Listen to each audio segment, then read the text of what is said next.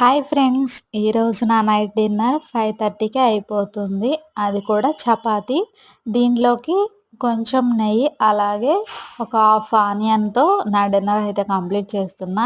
ఇంకొంచెం సేపటి తర్వాత మరీ కొంచెం ఆకలిగా అనిపిస్తే ఒక ఫ్రూట్ తింటే అయిపోతుంది.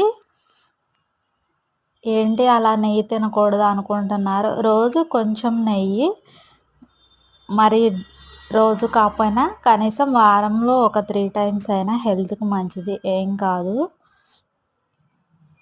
ఇలా నా కోచింగ్ టైంలోనైతే ఇంకా 5 కల్లా కంప్లీట్ అయిపోయేది. ఇది హెల్త్‌కి చాలా మంచిది. ఇలా 5-7 లోపల డిన్నర్ అయితే కంప్లీట్ చేసుకోవడం.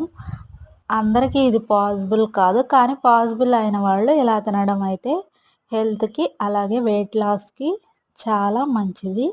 అలాగే వీడియోకి ఒక లైక్ చేసి ఛానల్‌ని సబ్స్క్రైబ్ చేసుకోండి. Thank you for watching.